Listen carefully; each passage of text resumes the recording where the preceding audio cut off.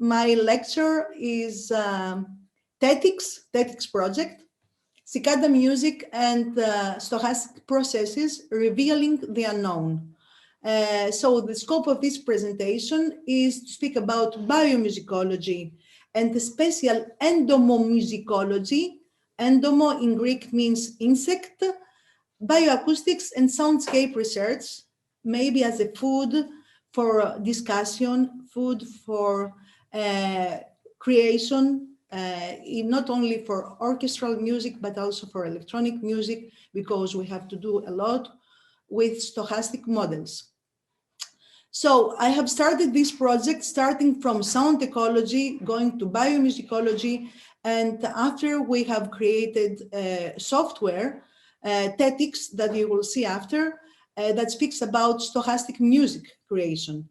And this research is interdisciplinary because we as musicologists, systematic musicology, musicians, but also some composers that are out our department, they want to understand better the cicada behavior and its importance to the acoustic ecosystem, study the rich cultural heritage on cicadas literature, because in Greece we have a lot of citations from ancient Greece till our days, from many poets, many philosophers, Plato and Aristotle, etc., and study the impact of cicada songs on well-being. For us, the Greeks, if we don't listen to cicadas in the summer, we think that something happened and we are not happy. So I think that the song of the cicadas affects a lot our mood. Create a network of cicada songs through streaming and sensors. This is a future project that we would like to do. For connecting cultures and spaces, provide data to new composers to create their proper sonic environment on this new area that the name is insect music. So if you know about insect music, just a moment, I cannot turn, okay. If you know, you must make a search. Insect music is a new domain of composition where composers try, like the bumblebee of Rimsky-Korsakov, they try to modelize the songs or the sonic environment of insects into music. So our Tettix project is mostly a collection and analysis of data. So you can imagine that it's very difficult to find students that go here and there during summer to collect the cicada data. But if you ever come to Greece, you're going to understand that everywhere you listen to these cicada clouds. As Xenakis has already mentioned the cicadas as a stochastic phenomenon. So the first step of our research was to do a soundscape research as a kind of heterochronism. I will speak about that, but our first sound research has been done in archaeological sites. Why? Because there is no noise and the environment was very clear, so we could record our cicadas without problems. After we have done a sort of acoustic and psychoacoustic analysis, just to understand this biomusicological approach of the cicada. What does it mean by musicology? How can we understand the human creativity, the human musicality, listening to the nature? Do birds make songs when they sing? Do they sing? Do they make music? And what does it mean, melodic patterns in the birds? What does it mean, harmonic organization in the insects? What does it mean, rhythmic patterns in the cicadas? So we must find out if they have repetitive patterns, if it is music, or if this is the way that they organize themselves in groups, because many of these insects we are going to see, even the birds, are very social. After, we are going to speak about some stochastic processes in cicada chorus organization. It means that all the cicadas gather together and they are making choruses. We're going to listen just to a few examples, cicadas in music repertory. And after, we will speak about the last results of entomologists that they have already been in the sound processing, the new techniques in order to understand the behavior of cicada. The last 20 years, they only analyze the signal. So sometimes entomologists from the Department of Biology, they come to our department and they ask our opinion how to analyze this cicada song or this bird song, because they don't know the techniques. And there we are going to see why we don't know these instincts, what they have to teach us, what we have to learn from the nature and from preserving the ecosystem in this difficult period of the humanity and the climate change. So this Tettix project is a database from recordings in different archaeological sites and open ancient theaters in Athens and all over Greece. We have done around 15 recordings in different places, especially in Athens. And there we have understood that the cicada songs depend on season, on time, on temperature, on individual and collective emissions, and of course, on the type of the tree that they are. So we have first attempted an acoustic macro analysis, because cicadas don't produce, of course, melodies like the birds, but we want to just to see how their rhythmic patterns work. And of course, their rhythmic patterns, they have speed, they have tempo, and sometimes they have irregularity. And after, how do these cicadas are organizing between themselves in polyphonies? And we have adiphony, like in Vivaldi's music, adiphonies, and counterpoints. And you are going to listen to that. And after, we want to see in this acoustic macroanalysis how the cicada chorus are being organizing in synchronicity. They synchronize themselves. And there we see the sound clouds that Xenakis is speaking about. And we speak about density and textural quality. But what is very, very important in the cicada soundscape is the spatial distribution. Another type of analysis is the microanalysis, where we can see that there are different types of calls of cicadas. I will speak to you about the 2,500 species of cicadas all over the world. Then you are going to listen to different types of calls, and they have different phrasing, different adiphonies, and many ostinatos. And I know that you are in the States, and you know that in the South, Central and South states, you have the Maggi cicada that have been emerged. And this is a mysterion of the nature, because they are a lot of them, more than in Greece, I think, and they make very, very loud sounds. In Greece is not like that. We love our cicadas. They are not so loud.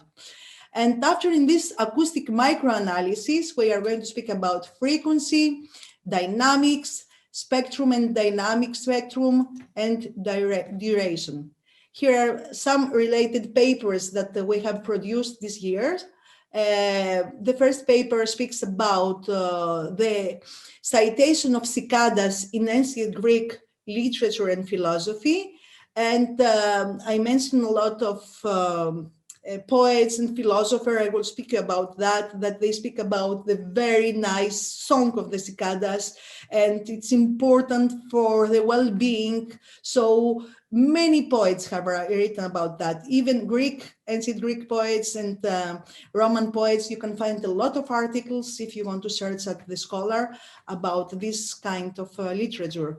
After I have spoken about the rhythmology of the cicadas, I have spoken the cicadas in the work of François Bernard Marche, a very important composer who was very friend with Xenakis, and he's one of the most known composers of the spectral school in Paris. I speak about an educational application of the cicadas and about the cicadas in the ancient and the Academy of Plato's Academy, that is a place here in Athens, an archaeological site, and many other things also at the ancient Agora and many other things. So I will send you some links to my articles. We have created also some applications. The most important application is this Tettix MaxMSP application, where you can test the corrosing effect of the cicadas, and I will present it later. So here, just I want you to know, first of all, you are not going to see the cicadas because they are hidden, but you are going to listen to a soundscape at the gymnasium of the Academy of Plato. This is a very nice place here in Athens, where the Academy of the philosopher Plato was there. And I think that the soundscape that we have recreated wanted to make the reminiscence of the past. This is the reason that I speak about heterochony. Just listen to the natural soundscape.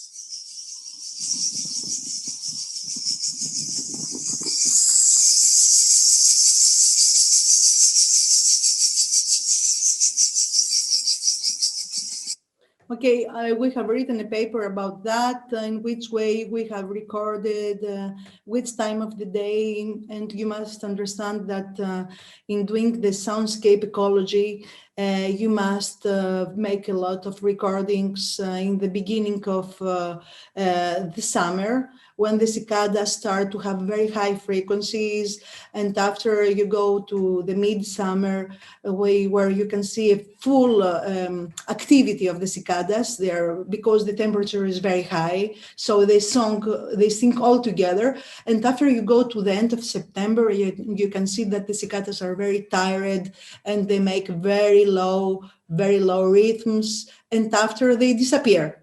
So the soundscape ecology, you know, this domain, this research domain, has to do with the climate, of course, and the landscape structure, and investigates the soundscape patterns, but also the humans. For us, it was very important in our papers to describe the species life history, patterns, population and community dynamics. So we take a lot of information from entomologists, but also what is more important for us is the signal composition, sound diversity, sound intensities, temporal cycles. In this project, we have collected a lot of cicadas. Our students have done some compositions that are not only cicadas, but also instruments, but they try to understand this archaeological soundscape, archaeo-soundscape.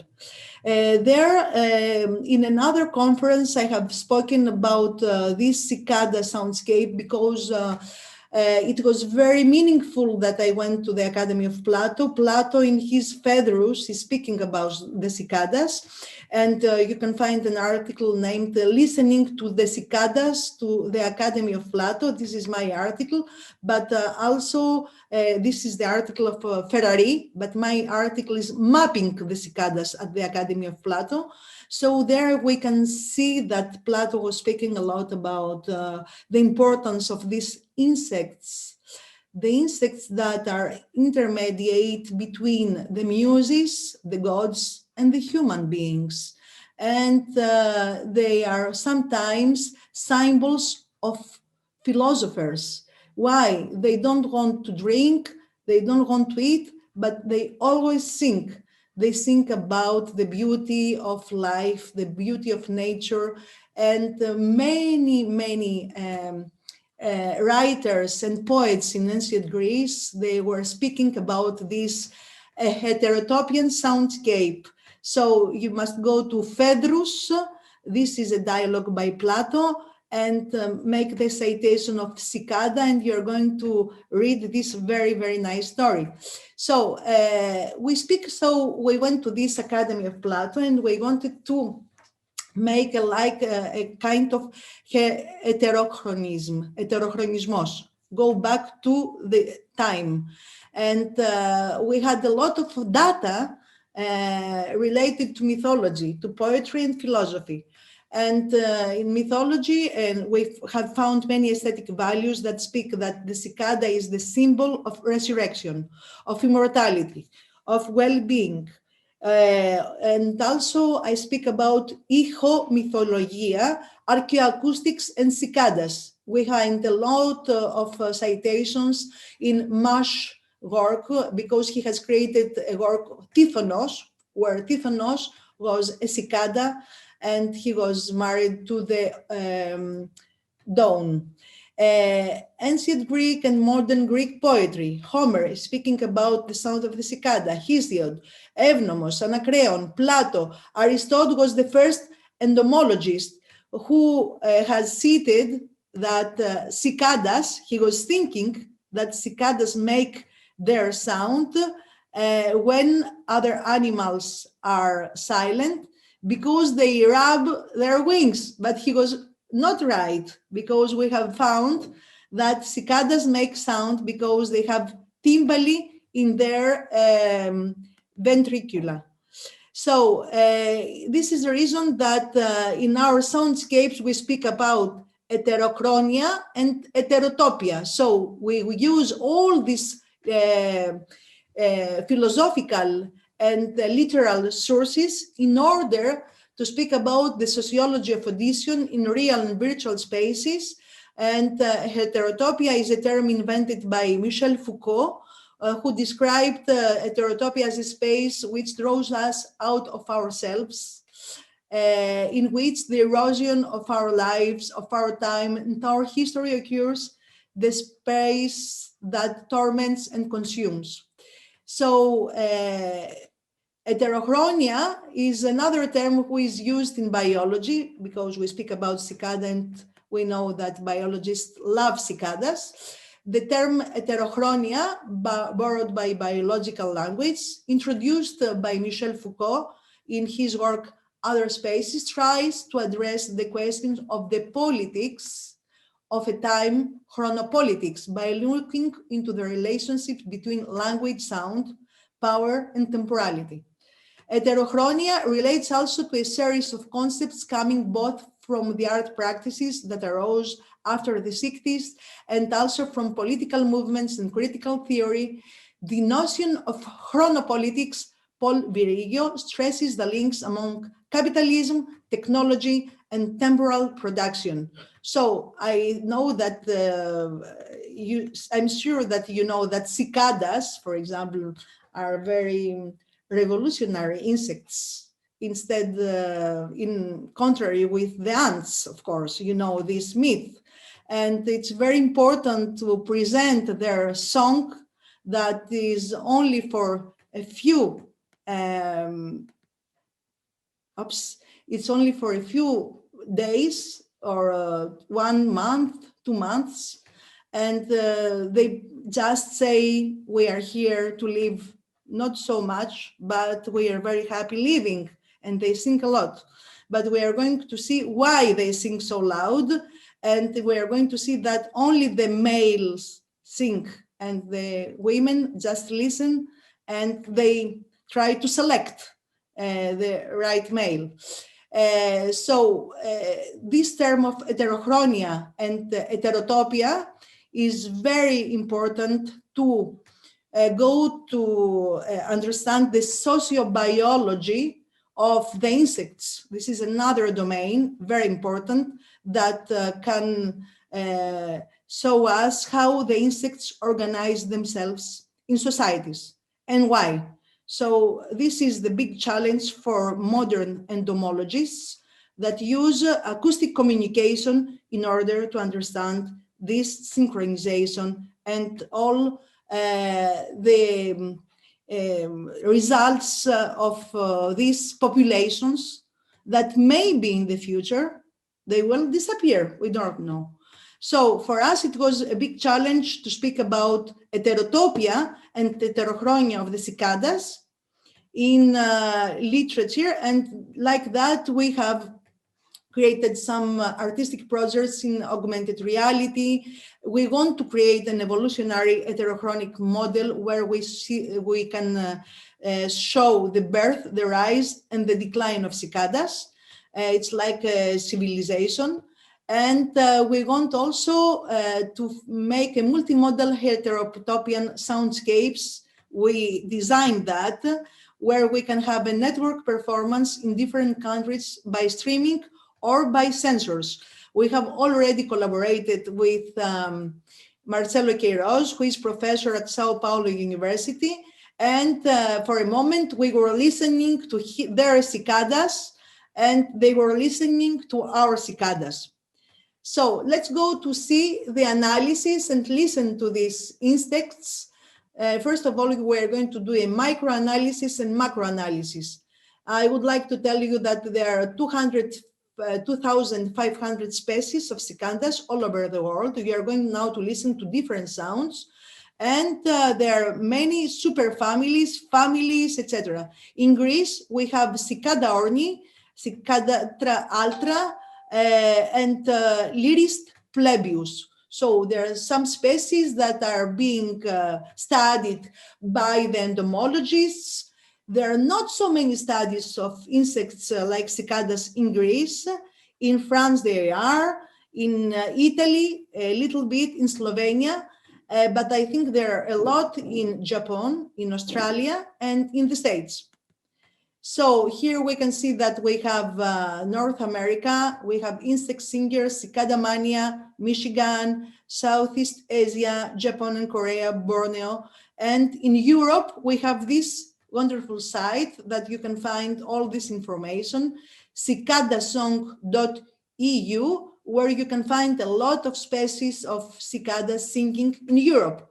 But now, as we were speaking about the other places all over the world, and our future project is to create with other institutions an interactive map of cicadas. We are going to see some cicadas like that. For example, we are going to see that before that, I would like to tell you that there are many calls of the cicadas. We have calls like rhythm, like ostinato, but you have also the calls, the main calls of the cicadas. The male cicadas is to tell to the girls, come here, I want to be your lover, something like that. So it's mating calls. So we must understand that there are different calls, but the most important that you listen, ju, ju, ju, ju, ju, is mating calls saying that I love you, I want you to be my wife. So here, let's listen to the variety of these cicadas. Just go back, sorry, for a moment, just to show you this different, because I went, here we have the cicada sounds, a danger alarm for other cicadas, a defense mechanism from predators. You have that in the States. This is the reason that the cicadas come up every 13 or every 17 years. Calling and mating with other cicadas and establishing territories. So all these sounds which explain the emergence of a large number of rhythmic and timbral patterns. We don't have melodic patterns. We have rhythm and timbre. So we have many different types, and maybe there are other types because it depends on the species and on the area. So let's see now, just to listen to the different countries. We have the cicadas, just to listen to different, here we are. Okay, let's listen the cicada organ in Greece. In general, in Greece, you have the same family, but you have, of course, differentiation. If you go to Creta, south of Greece, if you go to the north of Greece, because there are different temperatures.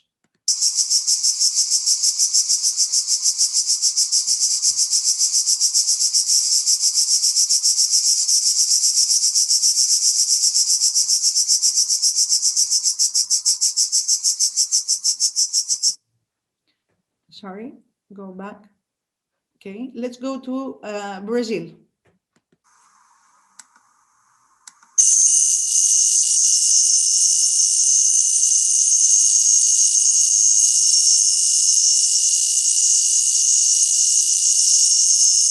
Let's go to Australia.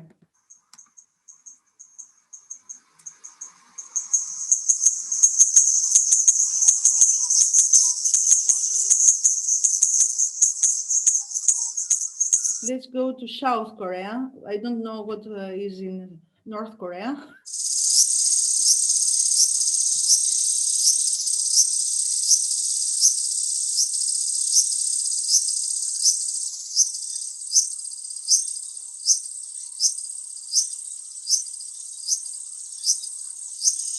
Let's go to Japan.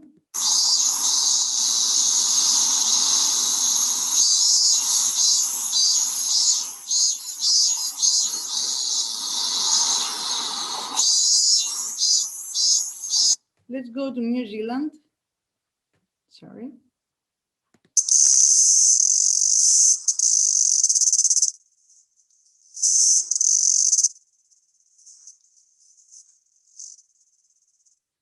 Let's go to Argentina.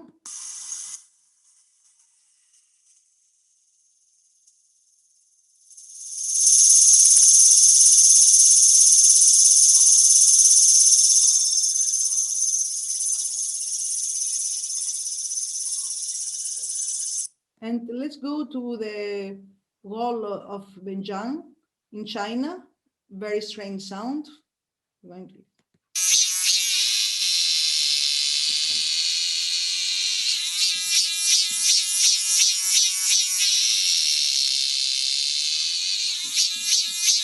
Very strange. So let's go to the Greek cicadas, just to listen to some species. There are not so many publications on that from the entomologists, but now we have a project with the Department of Biology, and we will start working to the data analysis of the recordings of cicadas. So let's listen to the Greek cicadas. Just a moment. Oh my God.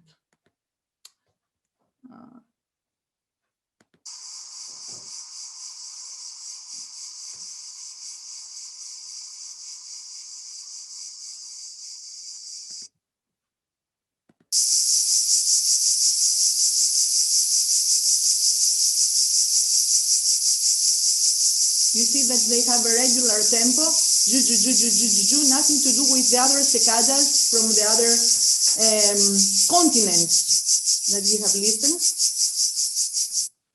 And here, this is the cicada.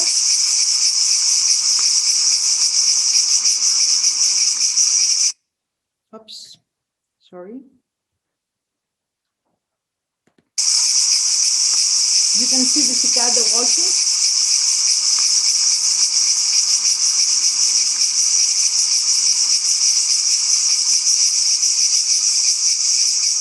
It has the same color as the tree. This is the cicada orni, and not a magic cicada that you have in the States. So,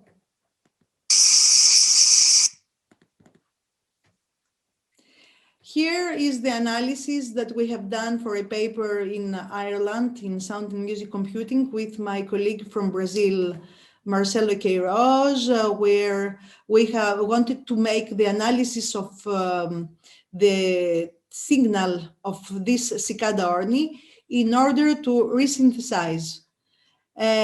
What is very important, just to go to biomusicology now, to see in the cicada song is the acoustic and psyacoustic parameters.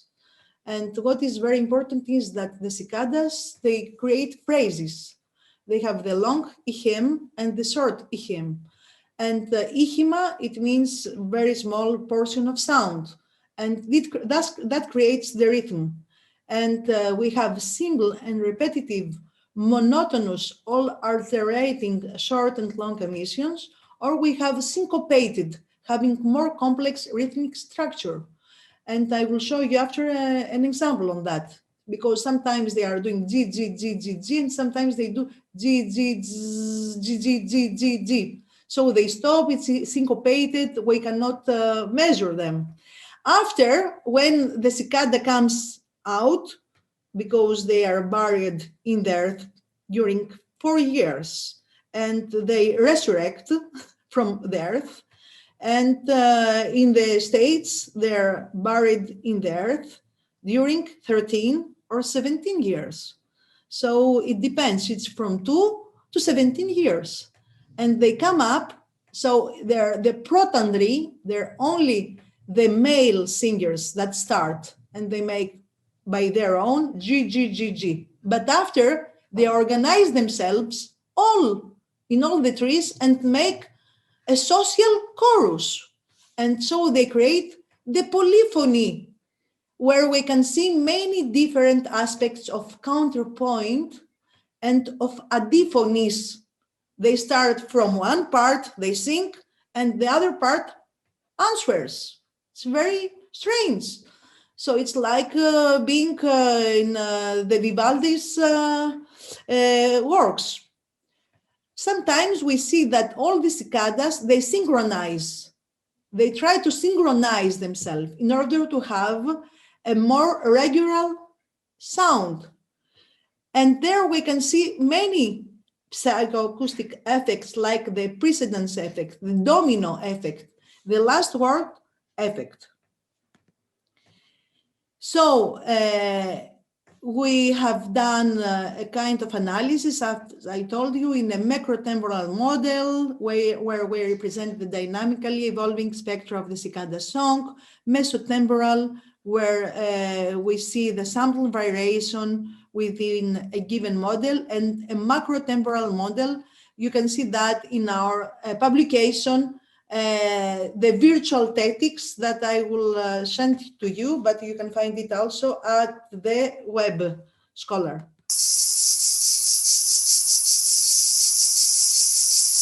These are rhythmic patterns for the cicada orni, because I told you that the cicadas in Australia, they don't have the same patterns. And after that, we can see the analysis of the ihem, the inter-ihem interval, and the group of pulses.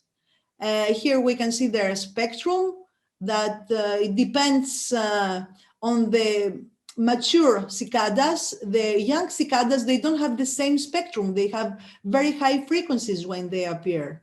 They have around 8,000 hertz. We're going to listen to La Légende d'Air, de Xenakis, who is imitating these sounds in the beginning of his composition. And after they get lower, from 8,000 to 6,000 hertz. And there we can see a timbral alternation, but also a rhythmic alteration. Here we see the spectrum, and here the spectrogram. Here we have a lot of different species of cicadas and different spectrograms and spectrums and waveforms. It depends on the different calls. It's from an entomological paper. And here we can see what does it mean, a phrase at the cicada. We have the long hem and the short hem. It was not like before, because before we had only short hems, but there are many cicadas that sometimes they make zzz, zzz, zzz, zzz. You're going to listen to a very strange cicada after that. So what about the sound and music parameters of these sounds? The frequency is around 4,000 to 6,000. Sometimes when they appear, it can be 8,000, and their intensity, SPL, sound pressure level, is from 40 decibel to 90 decibel. I think that in the States, it's very, very difficult for the people that live there, because I know that Magi cicadas, they come a lot and they are very noisy. In Greece, it's not like that. In Greece, only if you go to an olive wood, maybe you're going to listen very, very loudly the cicadas. Otherwise, I think that they're around 50 or 60 decibel. Their timbre is noisy like the duration, and after they create densities, syncopations, and it's very important to, as a parameter, the spatial distribution. If you are in a wood, where do they come from?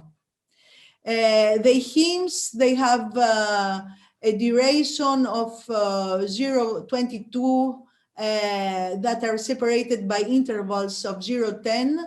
With respect to the spectral characteristics to the signal, we can see that the peak frequency is 6,000 hertz, and the mean frequency is about 6,000 hertz. And these are the characteristics of cicada orni that are very frequent in Mediterranean Sea, and have nothing to do with the Chinese and the Japanese and American cicadas. Let's go now to the stochastic processes that I told you, how all these sounds gather together, all these insects, and they create choruses. A stochastic model, as you know, is a tool for estimating probability distributions of potential outcomes by allowing for random variation in one or more inputs over time. The random variation is usually based on fluctuations observed in historical data for a selected period using standard time series techniques. You know that Xenakis has been the one who has spoken about stochastic music. I will tell you about. Let's listen now.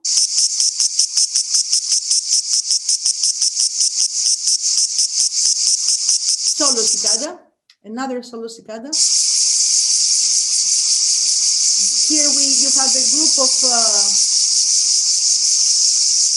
cicadas, but you can have a group of 1,000 cicadas.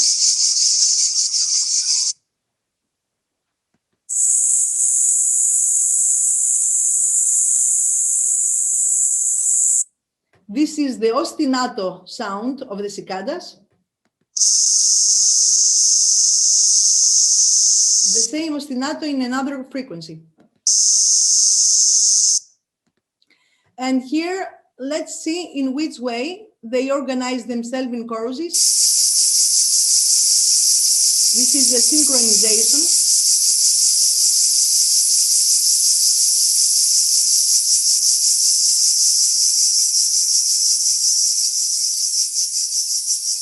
But if you ever listen to the cicadas, if you ever come to Greece or to Europe, you're going to see that in the beginning, they don't synchronize themselves very easily.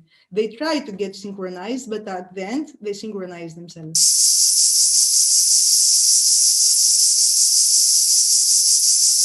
So the main idea of my research about the cicadas is the stochastic models and stochastic music of Yannis Xenakis.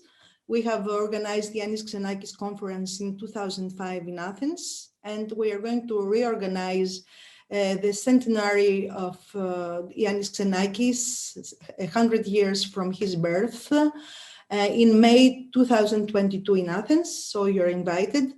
And I would like to tell you that Yannis Xenakis was a very important personality, because he was also a political being, as Aristotle is saying, and he tried to make an interdisciplinary approach of the natural phenomenon and the sonic events to political and social events. And Yannis Xenakis was frequently speaking about the cicada sound mass as an inspiring source for the creation of his stochastic sound synthesis. He has created the genuine stochastic processes, collisions of hail or rain with hard surfaces, murmuring of pine forests, the song of cicadas in a summer field, political crowds of dozens or hundreds of thousands of people. A technique for articulation and synthesis of sound masses inspired by the musical aspects of natural events together with the recognition of the stochastic laws which govern them. And it's very difficult to describe, of course, the stochastic laws, but now the most of the entomologists that are trying to model the acoustic communication of the insects, they use stochastic stochastic algorithms. And here, just to show you what's the difference between a deterministic approximation and stochastic simulation, you can see the blue line is very fixed, but the stochastic simulation, it varies and it depends on the data, because maybe you have different sources from the beginning, but at the end you can find the stochos, the final goal, which is the name of stochos. So the models of cicadas distribution can be seen by macroscopic models, particles of one type that are grouped together. Only the particle numbers are considered, systems are assumed homogeneous, or macroscopic models, or stochastic models. So these are models that are being used by biologists in order to find that. And here we can see a very recent paper on the animal choruses hierarchy, because this is a paper that speaks about biomusicology and how we try through biomusicology to understand the human musicality and creativity. And we try to find all these structures in the nature, in the birds' calls, in the whales' calls, in the dolphin calls, and of course in the insect clouds. And who is the insect that is the more musical and makes a lot of rhythms? Cicadas. So you can see that a single individual, a single cicada, can make a periodic or a periodic, and isochronous or heterochronous, a simple interval or complex intervals.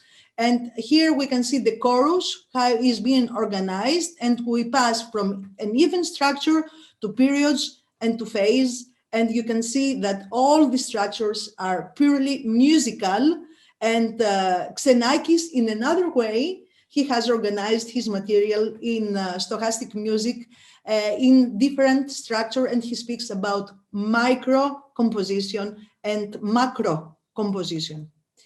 And here, finally, just to show you our first approach, we have created by a Maximus P an application that I will show you the video, named Tettix, where we try to put different samples like that of not only of the Greek cicadas, but also from the Asian cicadas, from the Korean cicadas, from the Australian cicadas, just to see how we can organize all of them to choruses. And you can see here that this Tettix apps, which has 12 samplers, we can vary the speed, pitch shift, intensity, loop duration, delay, and panning. I have created a video for you just to see how we can organize these samplers. It's a very simple application, but we are going to work on that in the future to make more complex.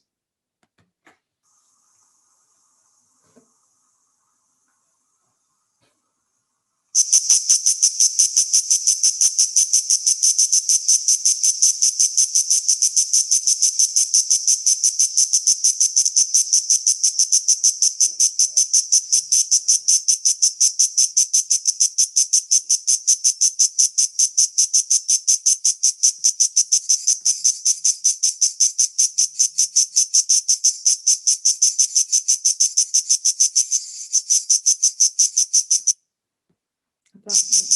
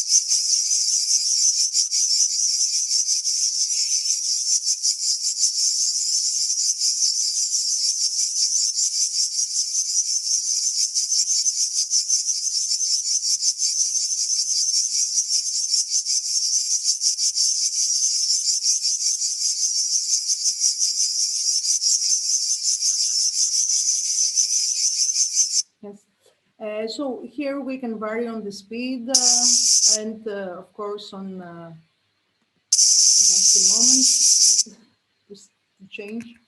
And biologists liked it very, very much because like that they can understand the behavior of the cicadas, but it's a very nice tool to vary with speeds and to make electroacoustic composition. There is another software made by a very good friend, Sinan Bokezoi, named Stochos, and he also creates cicadas with his project because his project is based on GenDin 3. By this software, we can explore adephony. Sorry, just a moment, I lost that. Adephony and conversation of the cicadas, but we can also see the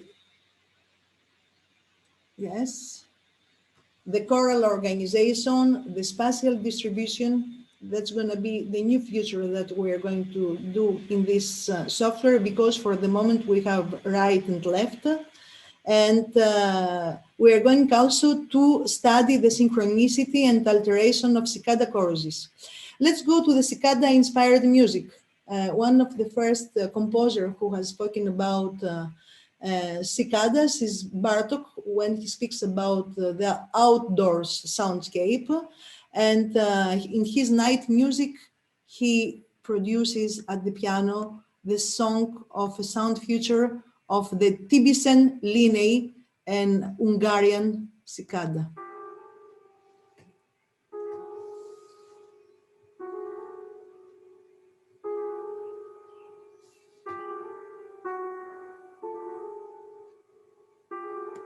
Another composer who is doing stochastic processes, and he said that I was really very impressed by the cicada choruses, stochastic events, but also from rain, etc., is Ligeti in his poem Symphonique for 100 metronomes.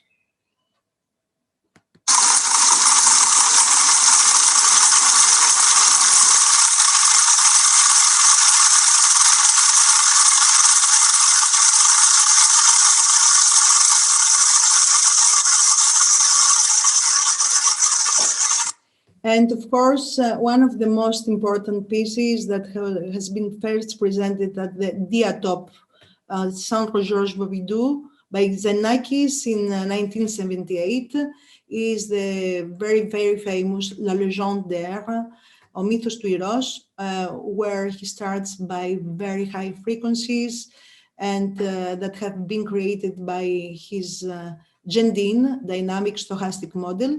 And we are going to see that these sounds have a lot of metaphors, if you want, because it speaks about the metaphysics of the sound. And let's listen to that. And after, I will describe you an experience that we had playing La Légion d'Air at the Academy of Plato at 2014. Many people were there, John Choning, Jean-Claude Risset, and many professors from the States, from all over the world. We played this piece there. And when we started with this piece, the cicadas have been activated. And it's very, very strange. No, it's not that, I'm sorry, it was the same. I must find the, I hope that you know, I don't want now to put La Légion there from my, just for a moment, because I had done a very wrong, just to listen to that, I'm sorry.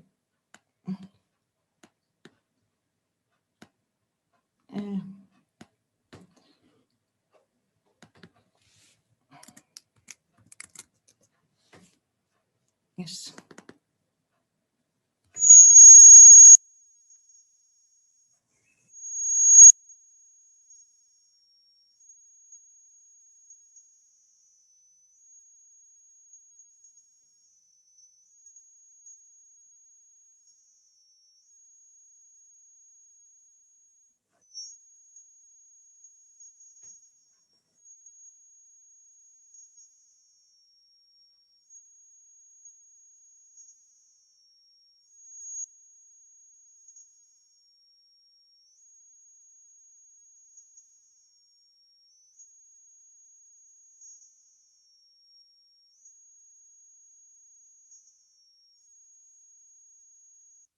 So I hope that you will find the time to listen to this wonderful piece, La Légion d'Air. And we go back to the presentation just to finish. So there are many composers in electroacoustic music that have used cicadas in their soundscape compositions. One of them is Luc Ferrari, Westerkamp, Barry Truax, and many of them. And they say that this is a very flexible material in order to make speed changes, timbral changes, and work with the rhythmic patterns and with tribal texture and many other things. So in order to finish, I wanted to tell you that our future projects have to do with augmented orality. We are going to apply 4 months on the rhythmic patterns of cicadas, because the basic sound of cicadas has to do also with the basic signal of the voice, the source and filter. And if we put a kind of vocal track to the cicadas, maybe we are going to listen to different vowels, and it's going to be very, very interesting to listen to the cicadas that they sing. And on the other hand, we will create an evolutionary heterochronistic model that shows the birth, rise, and decline of the cicadas. And on the other hand, we have a project that we will make with my colleague Marcelo Queiroz with live streaming, and in order to make connect the Brazilian and the Greek cicadas. Here I have the composition of a student of mine.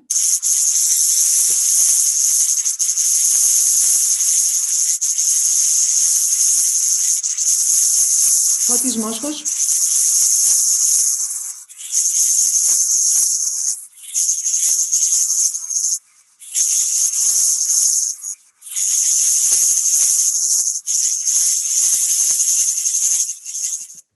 And just finished another application by another composer, another student, is that he wanted to make an educational application in order to show the rhythmology, the rhythmic patterns of the cicadas. Αυτή είναι η εφαρμογή Cicada Whisperer,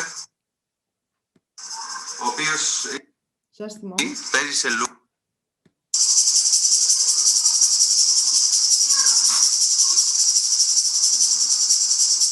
Όταν πηγαίνω το δάχτυλό μου προς τα κάτω, χαμηλώνει το τέμπο και όταν ανεβαίνει προς τα πάνω, το τέμπο αυξάνεται. Όταν πηγαίνω αριστερά και δεξιά, αλλάζουν οι ρυθμοί. 37-80, 8-80, 5-80, 4-4.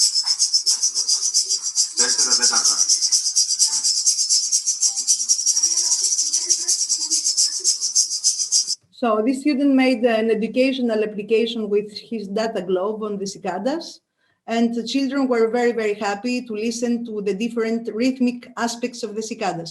So just to finish my lecture, I wanted to tell you that by studying the cicada songs and the cicada behavior, we go to what Plato said in his Cratyle dialogue of Socrates, that music comes from the word moste. It means music, I want to learn what is hidden. I want to learn and explore the hidden knowledge. And I think that by sound, we can explore the muses, musiki, the hidden knowledge that is in the nature, because we learned music from the nature. Cicadas live under earth from 2 to 17 years. They study the periodicity of emergence according to climate. So in the States, you have the mathematics of the physiology of cicadas. The male cicadas produce a loud calling song that attracts females. And ambient temperature has been shown to have an effect to the temporal structure of his acoustic signal. This is the reason that many entomologists and biologists, they're interested in the songs of the cicada for the climate change. The males thermoregulate behaviorally. The minimal ambient temperature range that the Tibicina species need to call is 22 to 24 degrees Celsius. They self-organize in courses for mate calling in stochastic models. So we can see that the cicadas have many secrets, and these are only a few of their secrets. And if you study sociobiology, you're going to understand the way that they organize themselves. And they live only for a few. They come in the beginning of the summer, and after they go away. And everything depends on the temperature. The perspectives that we can also do, not in artistic creation, but in biomusicology, is to modelize polytemporality and the synchrony of the cicadas. Modelize also the evolutionary functions of rhythm. We want to do that with the biologists. We have already started. Modelize the temporal and spatial variability. And also use all this material for sound installations and complete the three-layer hierarchical model. Here are some references of my work, and I want just to tell you some things that now I finished, that we have 2 upcoming conferences at the University of Athens, the Xenakis Centenary International Symposium in May 2022, and the Anestis Logothetis Centenary International Conference. Anestis Logothetis is one of the pioneers of the graphical notation, and this December, so you're invited. And now I would like just to tell you thank you very much for listening to me. And if you have any questions, and after I will tell you some things about our department in Athens. Thank you.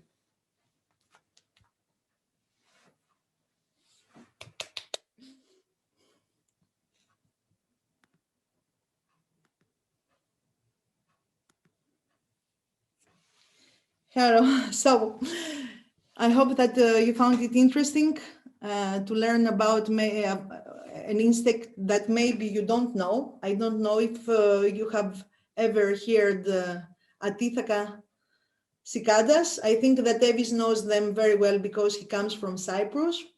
For us, the Greeks is a part of our life, and we live with them. This is the reason we study them. So I would like just to invite you to make a discussion about that. If you find it interesting, to explore the diversity, the biodiversity, and the way that the sounds of the animals and the insects are very interesting for composition or electroacoustic composition. And if you know anything about insect music,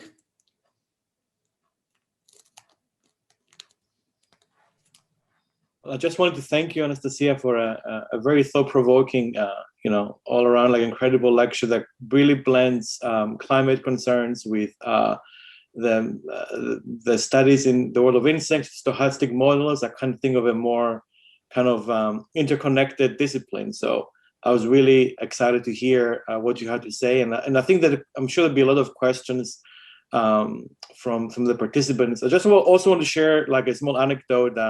We actually, in the festival I have in Cyprus, we had an outdoors concert in an olive grove in the summer. And we started the whole concert with Luc Ferrari, Presque. And the interesting thing is, as you know, in that work, you have a large crescendo of cicadas for the last 6-7 minutes of the piece.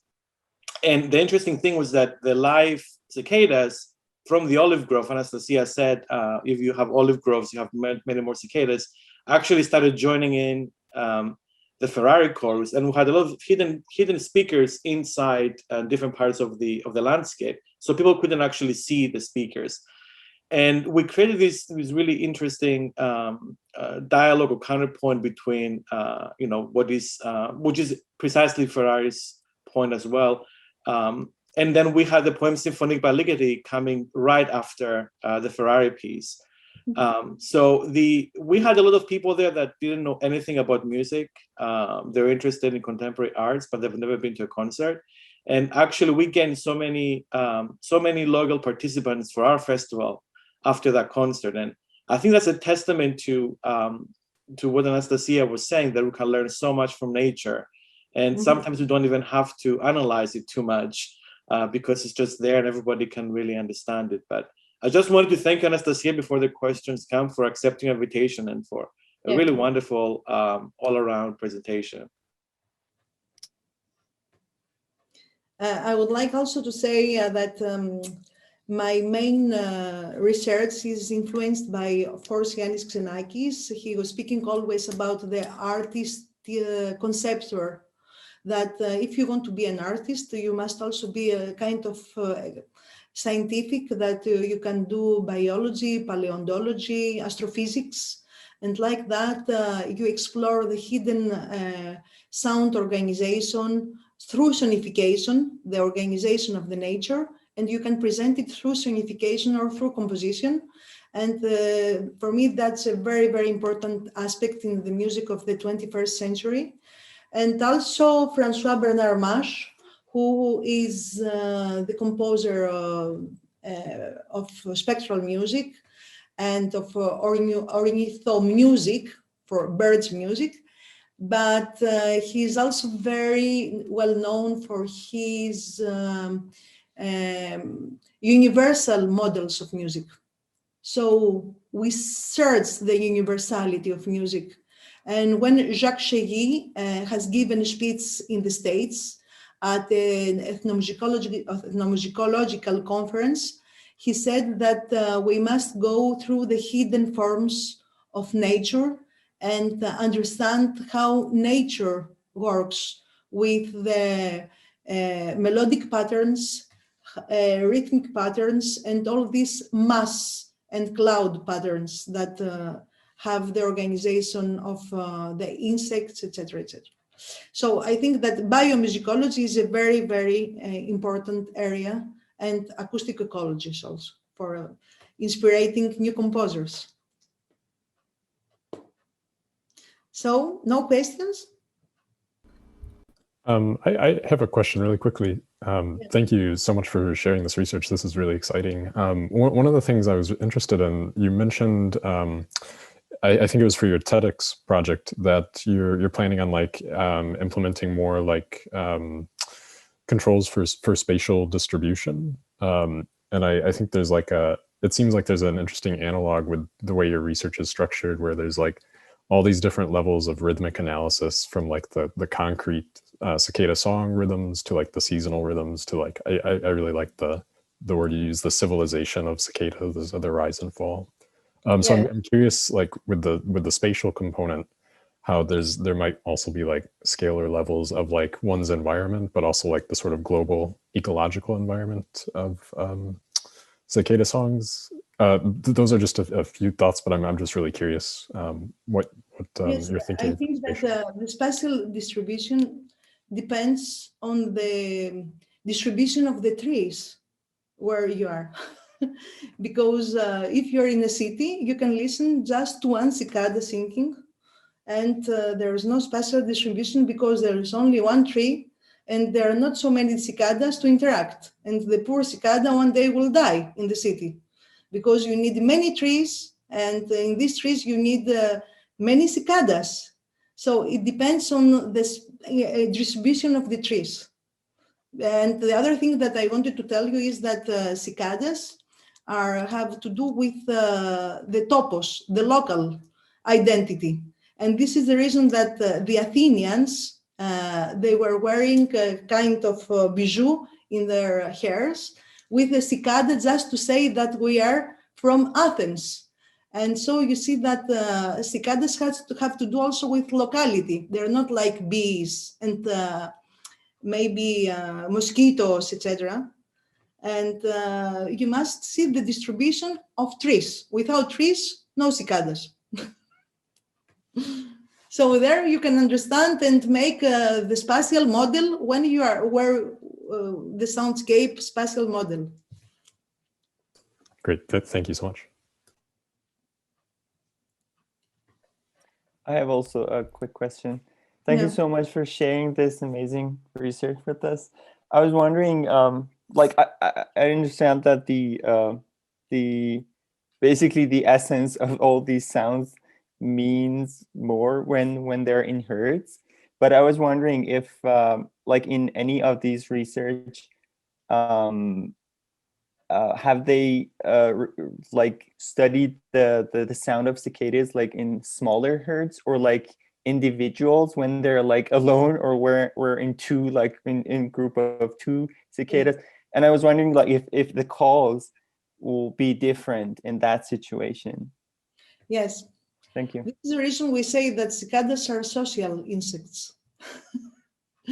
And I think that we must learn from that. The organization, why do they organize themselves to choruses? Because they want to call all together to have the girl, and the girl will decide, because the girl stridulates her wings and says, I want you, not you, but you. So it means that like that, they have also the gain of the territory, and you rarely find one cicada. But one cicada has been studied by entomologists just to see which is the sound that they make, which is the normal sound of danger, because there is another sound of danger, another sound of mating. So it is a very low sound, do, do, do, do. And sometimes they are very quiet and they don't sing if you catch them. So they don't like to be outside the tree. They feel insecure. But there are many studies on one single cicada, just to learn how their tymbals work in the abdomen. They have tymbals, there are some membranes that work. So there you have a lot of research in the States, Clark and many others, for one insect. But normally you find cicadas all together. Thank you. And we must learn from that, because with these difficulties of the pandemics, we live alone. So we must be like cicadas. Otherwise, we are going to lose our sociability. Yeah, we're going to make those low sounds. Hello. Thank you for your presentation. I incorporated some insect sounds into my work that I did, and when I was doing the recordings, I was really fascinated by the intricate rhythms that were produced. Has some study, or have studies been done? Is do these rhythms change throughout the season? Are there different patterns that emerge at, let's say, in like early season as opposed to later in the year? Yes.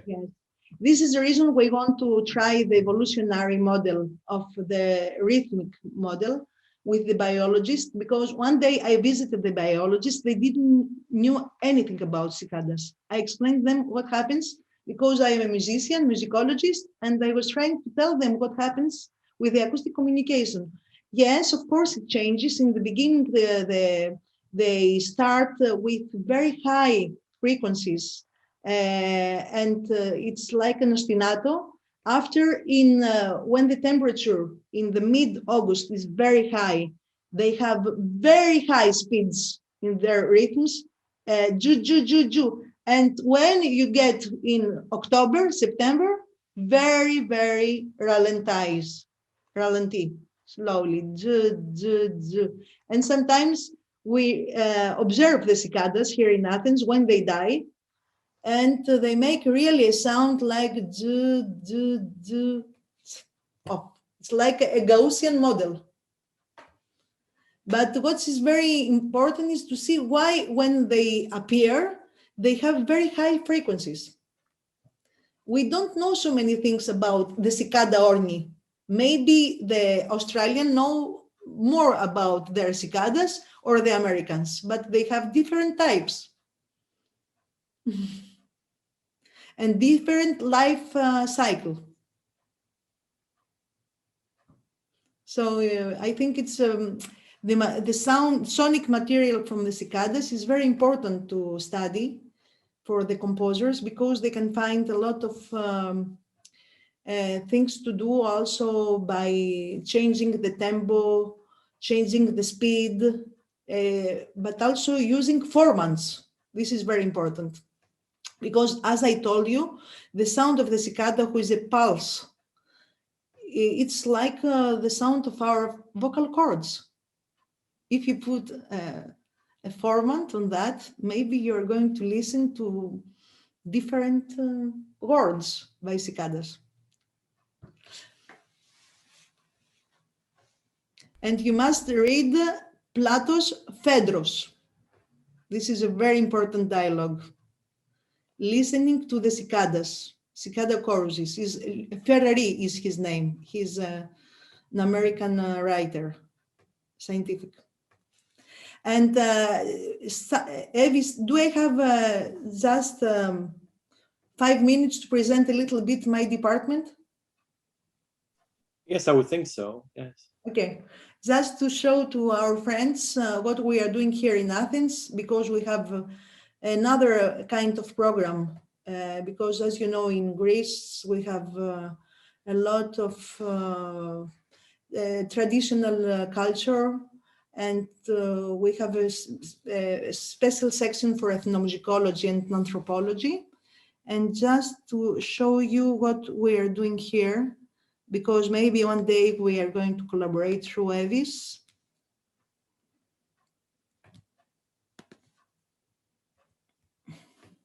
So this is the Department of Music Study at the National and Kapodistrian University of Athens. We have these sections: historical and systematic musicology, Byzantine, where we study the Byzantine medieval music, religious music of the East. It's from Greece, Lebanon, Syria, Egypt, and in Greek language. Archaeomusicology, what has to do with ancient Greek music. Ethnomusicology and anthropology of music, and we do a lot of projects with the North African music, South Italy. Of course, in Greece, we have a lot of cultures, microcultures. My domain, music technology, informatics, and acoustic, and music pedagogy. Our laboratory, Laboratory of Music, Acoustics, and Technology, we have done a lot of seminars, we have a master's program, and we have organized a lot of conferences from Xenakis 2005, Sound and Music Computing, Pythagorean Views on Mathematics and Music, ICMC in 2014, SMC in 2018 in Cyprus, and Improtech, Improvisation Technologies with IRCAM 2019. We have a lot of workshops with professional professional research composers, and a lot of creation projects, not like you, because now we start the artistic development. Here is our recording studio. We have a studio of 200 square meters with many instruments inside, as you see. And our research areas is analysis synthesis of the singing voice, experimental archaeomusicology, acoustic ecology and bioacoustics, recording techniques for ensembles, interactive media, music and cognitive sciences, analysis of music performance, 3D audio and room acoustics, and we have special projects with AI and jazz improvisation because we work with IRCAM, with the environment OMAX, where our students improvise by listening the OMAX by machine learning, OMAX software. The software gets their improvisation, it responds to them, answers, and after they improvise with that.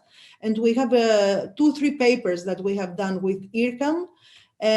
We have this in here you can see what we are doing in music technology. We do a lot of things in sound recording and record production. We have creative music and computational musicology as also acoustic ecology.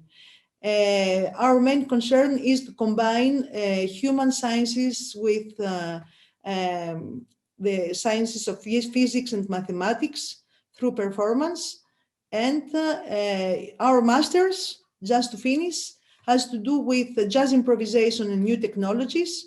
And we do a lot of things with this new software, OMAX, and AI, and new technologies for instrument multiphonics, spectral analysis, and how we can find the grammar and the grammars and the syntax of the jazz improvisation. And we have also a section for music and creative media. So just to finish, these are our masters. And I hope that one day you will be able to come to Athens. And I'm waiting you for the Xenakis International Conference. And I would like to tell you that after 3 days of conference in Athens with many concerts, we will visit Mykinae. It's an archaeological site of, Sophocles, Aeschylus, Euripides. They speak about the Troia and Agamemnon, etc. Mykines is this place, and Orestia. So you can come, and there we are going to have a lot of events. And maybe we are going to do a call for music for multimedia events, and maybe you can apply. For the moment, we have opened the call for papers. So I sent you the link of that. And if someone wants to come to the conference, you can write me, and I'm waiting you. Any other questions? Anastasia, do you mind maybe leaving your email in case anyone wants to contact you directly for questions or for the conference? Of course, and we must tell to the students that they have the Fulbright also program, that maybe they can apply to come to Athens, no? Through Fulbright. Okay, this is for Xenakis, and I leave my email. And again, thank you very much. I hope to see you in Athens or in the States, maybe. Okay. And I'm very happy to see that I have a lot of students here from all over the world, even Christina, who comes from UK, and my friend Daniel Brown. So thank you very much. Yes. All right. So thank you. We'll all meet again at 1 to hear from everyone before our concerts. Please stay after if you have any questions. But otherwise, yeah, another round of applause for a fantastic lecture. Thank you very much. Thank you very, very much. Thank you, Evis, and see you soon. Hi everybody. Ciao.